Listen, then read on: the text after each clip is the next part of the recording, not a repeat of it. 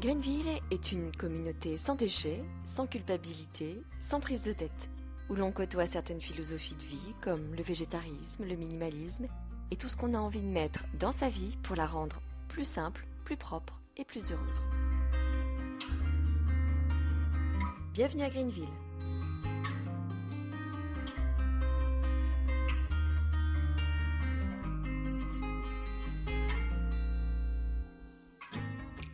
Dans l'épisode précédent, je vous ai expliqué comment vous pouviez limiter vos déchets chez vous, dans votre salle de bain.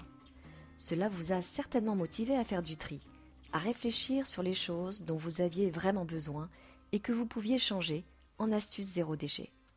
En faisant ce tri, vous êtes tombé sur cet échantillon de crème que vous avez arraché d'un magazine dans la salle d'attente de votre médecin.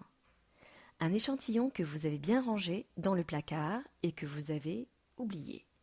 Vous avez aussi retrouvé des échantillons d'hôtel que vous a rapporté votre mari de son dernier voyage, pensant vous faire plaisir, parce que, oui, vous avez adoré ces petites attentions. Mais ça, c'était il y a très longtemps. Soyons honnêtes, aussi mignonnes que peuvent être ces miniatures, la qualité des produits n'est pas là. La preuve, elles sont toujours au fond du placard. Quelle place va prendre toutes ces choses dans votre poubelle ? Je suis d'accord avec vous, vous n'en avez pas besoin et vous allez devoir les jeter. Quel gaspillage! Quel dommage! Souvenez-vous de ceci. Ce dont vous n'avez pas besoin n'a pas besoin d'être jeté.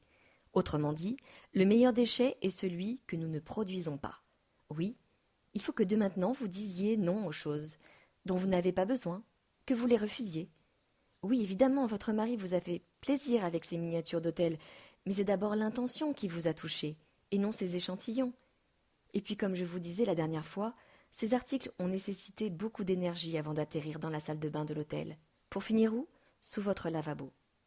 Ne vous laissez pas envahir par des déchets inutiles. Refusez les déchets externes. Ils vont finir dans un coin ou pire, directement dans la poubelle. Les souvenirs, les sacs plastiques, les tickets de caisse, les cartes de visite, les flyers, les pailles jetables, etc., etc. Refuser est difficile, surtout quand c'est offert de bon cœur. Mais votre entourage comprendra, puisque vous prendrez le temps de lui expliquer votre démarche. Aux autres, vous pouvez répondre que vous avez déjà tout ce qu'il vous faut chez vous. Refuser, c'est un premier pas vers la liberté. Il y a plusieurs avantages à trier ses affaires et à réduire ce dont vous n'avez plus besoin. D'abord, trier fait un bien fou. On parle de nettoyage de printemps.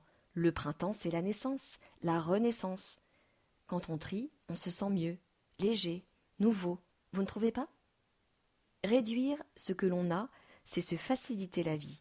On libère des espaces, on allège ses étagères, on passe moins de temps à chercher quoi porter. On ne passe plus son temps à nettoyer. On évite d'acheter en double. On sait ce qu'on a, on sait ce dont on a besoin, on se connaît. Réduire, c'est faire le point sur vos besoins.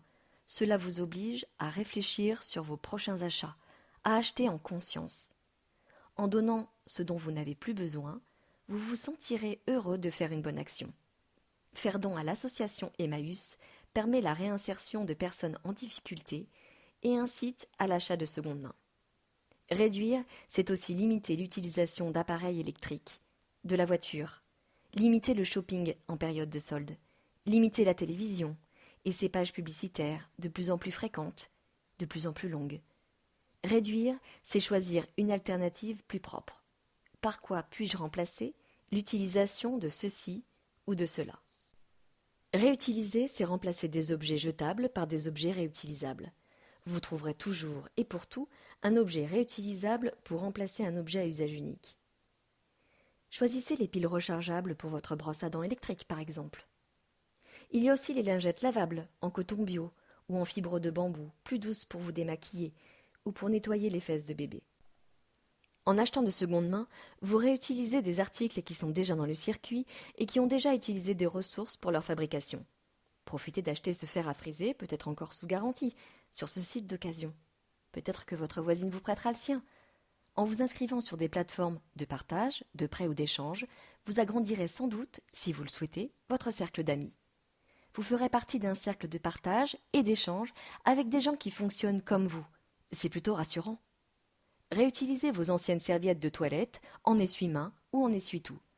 Avant de jeter, demandez-vous toujours si vous pouvez recycler, vous servir de l'objet dans une autre fonction qui vous dispensera d'acheter quelque chose d'identique, de jetable, de neuf. Dans une salle de bain zéro déchet, vous n'avez plus besoin de poubelle puisque vos alternatives zéro déchet sont réutilisables, comme vos carrés de démaquillage, vos mouchoirs en tissu, votre rasoir de sécurité. Dans une salle de bain zéro déchet, vous n'avez plus besoin de poubelle puisque vos alternatives se recyclent comme le carton autour de votre savon. Dans une salle de bain zéro déchet, vous n'avez plus besoin de poubelle puisque vos alternatives se compostent, comme le manche de votre brosse à dents en bambou, les tubes de papier toilette ou vos cheveux sur la brosse. Résumons. Refusez les échantillons, même si c'est offert de bon cœur.